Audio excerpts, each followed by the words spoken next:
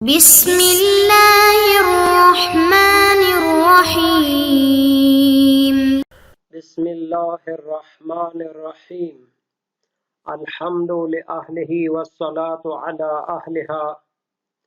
عزیز طلبہ، السلام علیکم ورحمۃ اللہ وبرکاتہ۔ شرح الامہ اول درس نمبر 81 غسل ارتماسی کے بارے میں بحث ہوگی۔ اس درس کے مطالب کا خلاصہ یہ ہے کہ اس میں غسل کی اقسام کو بیان کیا جائے گا کہ غسل ترتیبی ہوتا ہے اور غسل ارتماسی ہوتا ہے، اور غسل ارتماسی کا معنی اور مفہوم ذکر کیا جائے گا، اور غسل ارتماسی کے متعلقہ احکام اور غسل ارتماسی کے متعلق جو مسائل ہیں ان کو بھی پیش کیا جائے گا۔ سب سے پہلے غسل ارتماسی کے طریقے کے بارے میں اور اس سے متعلق جو عبارت ہے اس کو دیکھتے ہیں۔ فرمایا وَيَسْقُطُ التَّرْتِيبُ بَيْنَ الْأَعْضَاءِ الثَّلَاثَةِ بِالْإِرْتِمَاسِ۔ غسل ارتماسی میں غسل جنابت کے 3 اعضاء کے درمیان ترتیب ساقط ہو جاتی ہے۔ چونکہ اگر غسل جنابت ترتیبی ہوتا تھا تو پھر 3 اعضاء کے درمیان ترتیب پائی جاتی تھی۔ سب سے پہلے سر اور گردن کو دھویا جاتا تھا، اس کے بعد دایاں حصہ بدن کے، اور اس کے بعد آخر میں بدن کے بایاں حصے کو دھویا جاتا تھا۔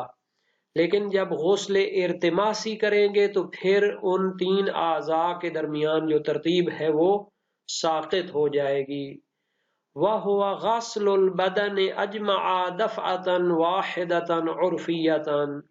غسل ارتماسی کیا ہوتا ہے یہ اس کا مفہوم بیان کرنا چاہتے ہیں۔ شہید ثانی اس کی تعریف کرنا چاہتے ہیں۔ ارتماس، غسل ارتماسی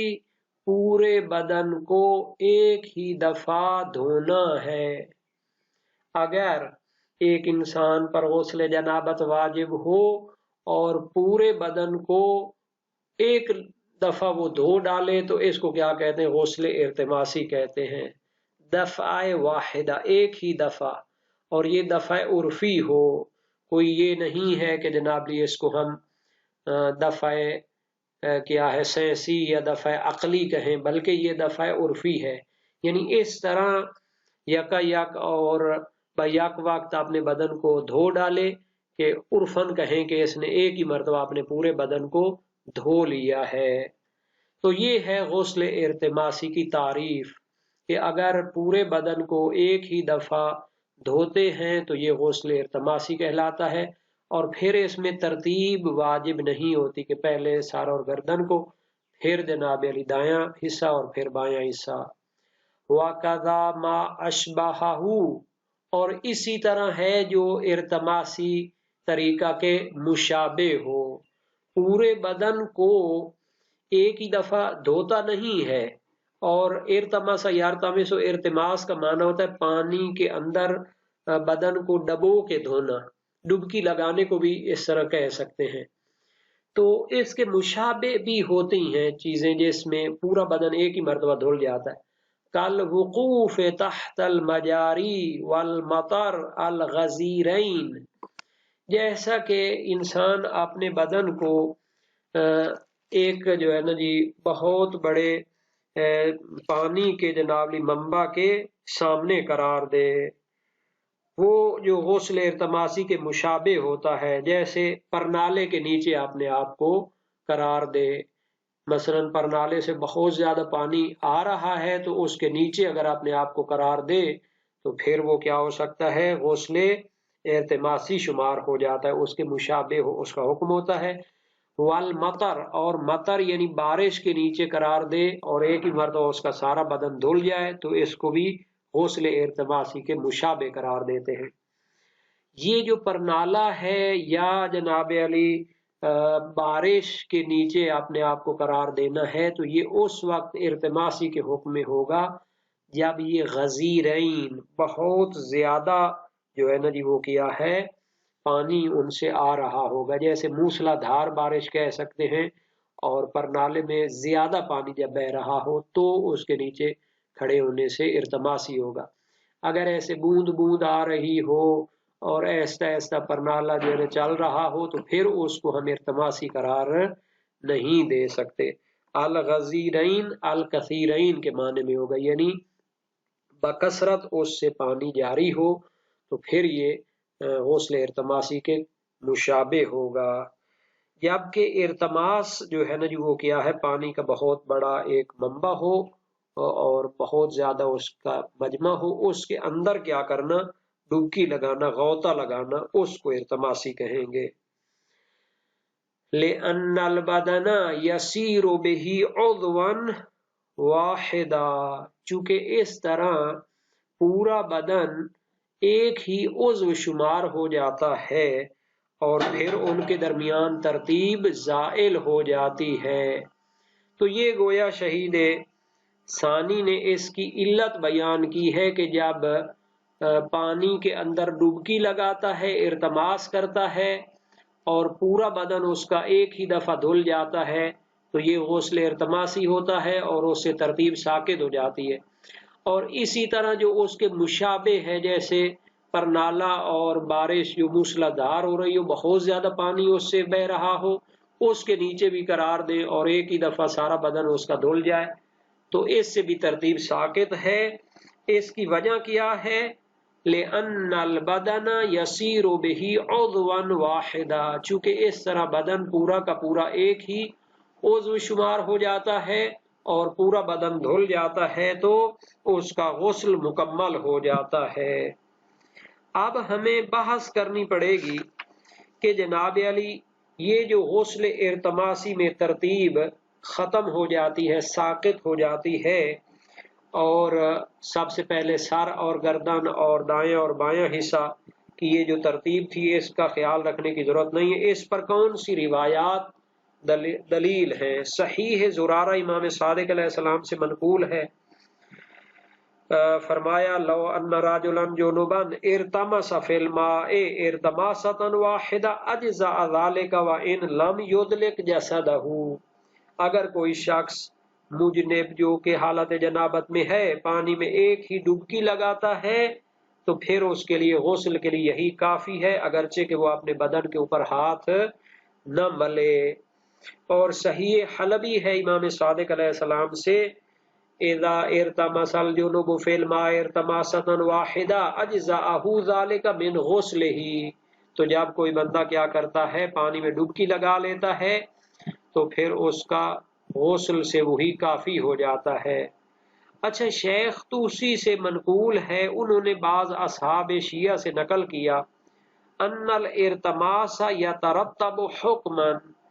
کہ ارتماس بھی کیا ہوتا ہے، حکم کے لحاظ سے غسل شمار ہوتا ہے۔ اور شیخ طوسی نے خود بھی استبصار میں اسی طرح کا قول اختیار کیا، نظریہ اختیار کیا ہے۔ تو یہ جو ترتیب حکمی ہوتی ہے اس کی تین طرح کی تفسیریں کی گئی ہیں۔ پہلا یہ ہے کہ جو ارتماسی کرنے والا ہے وہ غسل کے اندر ترتیب کی نیت کر لے، جب وہ ڈبکی لگاتا ہے تو نیت کر لے کہ پہلے میں غسل میں سر اور گردن دھوتا ہوں، پھر دایاں حصہ، پھر بایاں حصہ۔ یہ تفسیر جو ہے محقق ہلی نے معتبر میں کی ہے، لیکن اس میں اشکال یہ ہے کہ جناب علی ارتماس میں نیت کی ترتیب کرنا، ترتیب کی نیت کرنا اس کا کوئی معنی نہیں ہے، چونکہ ترتیب خارج میں تو نہیں ہے۔ آپ نیت کر لینے سے تو ترتیب نہیں بن جاتی نا، ترتیب اگر شرط ہے تو پھر خارج میں اس کو محقق ہونا چاہیے، اس کا خیال رکھنا چاہیے۔ اب وہ کیا ہے ترتیب خارج میں نہیں پائی جاتی تو اس کی نیت کرنے سے تو مسائل حل نہیں ہوتے۔ دوسری اس کی تفسیر یہ بیان کی گئی ہے کہ مرتمس جو غسل ارتماسی کرنے والا ہے اس کے لیے ترتیب کا حکم لگایا جائے گا جب وہ پانی سے نکلے گا، چونکہ سب سے پہلے وہ سر کو نکالتا ہے، اس کے بارے میں پورے بدن کو نکالتا ہے۔ تو اس کا معنی یہ ہے، اس میں بھی اشکال ہے کہ یہ جو ترتیب حکمی آپ اس کے لیے حکم لگانا چاہتے ہیں اس کا بھی معنی نہیں ہے جب اس نے ترتیب کا خیال نہیں رکھا۔ جب وہ سر کے بعد پورے بدن کو باہر نکال رہا ہے تو اس نے ترتیب تو اس کا خیال نہیں رکھا، یا تو اس کے لیے کہیں کہ اس کے لیے واجب ہو کہ پہلے سر اور گردن کو نکالے اس کے بعد دائیں حصے کو نکالے اور اس کے بعد بائیں حصے کو نکالے، وہ تو شرط نہیں ہے اس میں ارتماسی میں۔ تیسری تفسیر یہ ہے کہ ارتماسی والا جو ہوتا ہے جب وہ نکلتا ہے تو اس کے لیے حکم لگایا جاتا ہے کہ اس کا غسل ترتیبی ہے، یعنی اگر اس کا بدن کا کوئی حصہ خشک رہ گیا ہو تو اگر وہ بایاں حصے میں ہو تو اسی کو دھو دے، اگر دایاں میں ہو تو پہلے دایاں کو دھوئے پھر بایاں کو دھوئے۔ تو جناب علی یہ بھی ایک تفسیر ہے۔ جناب علی کہتے ہیں کہ ترتیب حکمی کی جب دلیل موجود نہیں ہے تو پھر اس کو آپ شرط قرار نہیں دے سکتے، ترتیب کا خیال رکھنا صرف غسل ترتیبی میں واجب ہوتا ہے، اور غسل ارتماسی کی دلیلیں کیا ہیں؟ مطلق ہیں، ان میں کوئی شرط نہیں ہے جو آپ بتا رہے ہیں۔ تو جب غسل ارتماسی اس کا ہو جاتا ہے، یعنی پوری ڈبکی اس کی لگ جاتی ہے، پورا بدن اس کا پانی کے اندر چلا جاتا ہے، تو اس کا غسل مکمل ہو جاتا ہے، پھر اس میں ترتیب وغیرہ کی شرط نہیں ہوتی۔ تو سید المدارک سید موسوی جو آگئے شہید ثانی کے نواسے بھی تھے، وہ کہتے ہیں روایات سے سمجھا جاتا ہے کہ غسل ارتماسی میں ایک ڈبکی کافی ہے جس میں پورا بدن وہ کیا ہو جائے، دھل جائے، اور اس میں ترتیب مطلقاً ہے ہی نہیں، اور اس کے علاوہ کچھ اس کے لیے ثابت کرنا یہ ایسا اضافہ ہے کہ جس کی دلیل روایات میں تو ہمارے پاس نہیں ہے، اور متاخرین نے اس کے بارے میں بہت زیادہ باتیں پھیلا ڈالی ہیں جس کی کوئی ضرورت نہیں ہے۔ یعنی آپ ایک عالم کی عبارت کو لے کر اس کی جنالی طرح طرح کی تفسیریں کر رہے ہیں، اس سے زیادہ آپ کو فوکس کرنا چاہیے کہ روایات میں کیا ہے۔ روایات میں تو کہا گیا ہے کہ اگر بندہ پانی کے اندر ڈبکی لگا لے تو اس کا غسل ارتماسی ہو جاتا ہے، پھر اس کی آپ جو ہے نا جی کیا ہے ترتیب وغیرہ حکمی اور یہ ساری چیزیں اس کے ساتھ متعلق ہی نہیں ہیں۔ اچھا، ایک مسئلہ ہے کہ اگر جب وہ اپنے بدن کو باہر نکالتا ہے اور اس کا کچھ حصہ باقی رہ جاتا ہے یعنی خشک، تو پھر کہتے ہیں اس سے پتہ چلے گا کہ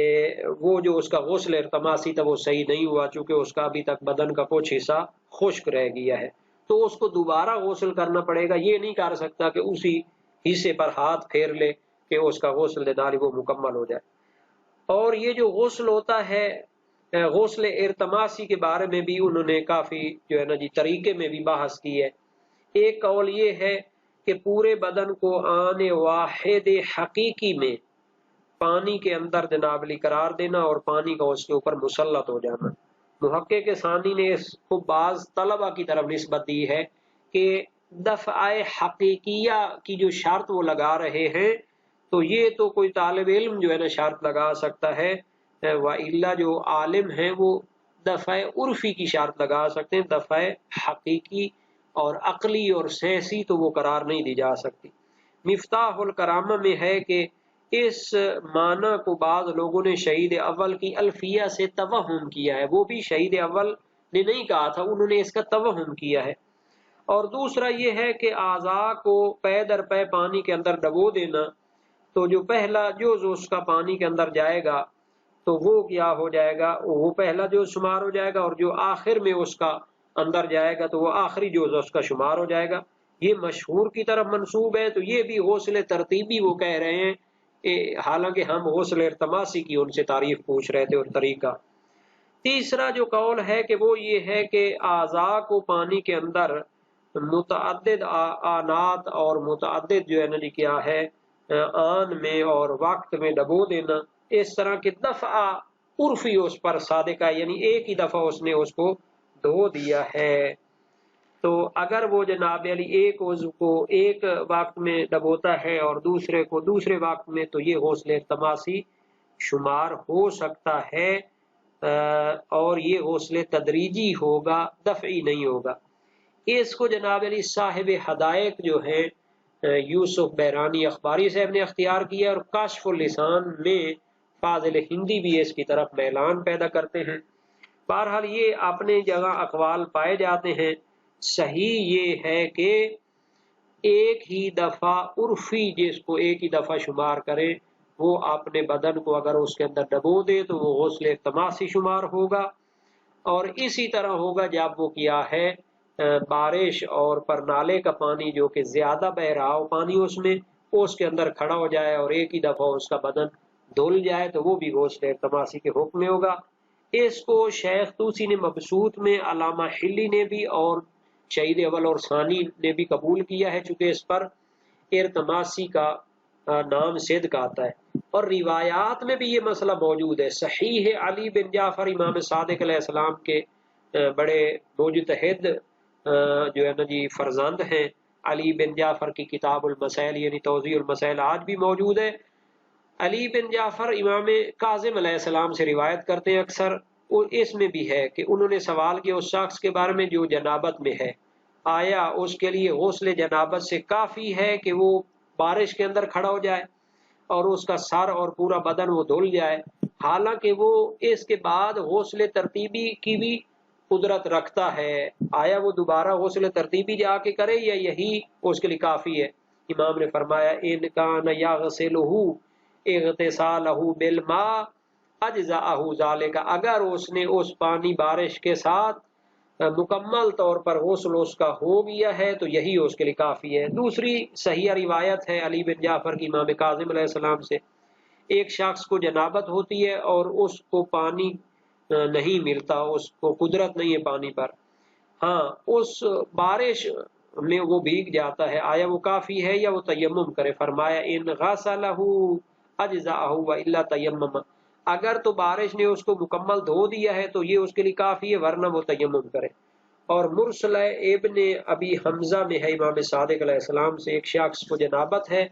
وہ بارش میں کھڑا ہو جاتا ہے اور پورے بدن پر اس کی بارش بہہ جاتی ہے، تو کیا اس کے غسل سے کافی ہے؟ فرمایا ہاں کافی ہے۔ تو محقق ہلی نے معتبر میں اور ابن ادریس ہلی نے ایک نظریہ اختیار کیا ہے، اور بہت سارے قدماء بھی اسی طرح ان سے ظاہر ہوتا ہے کہ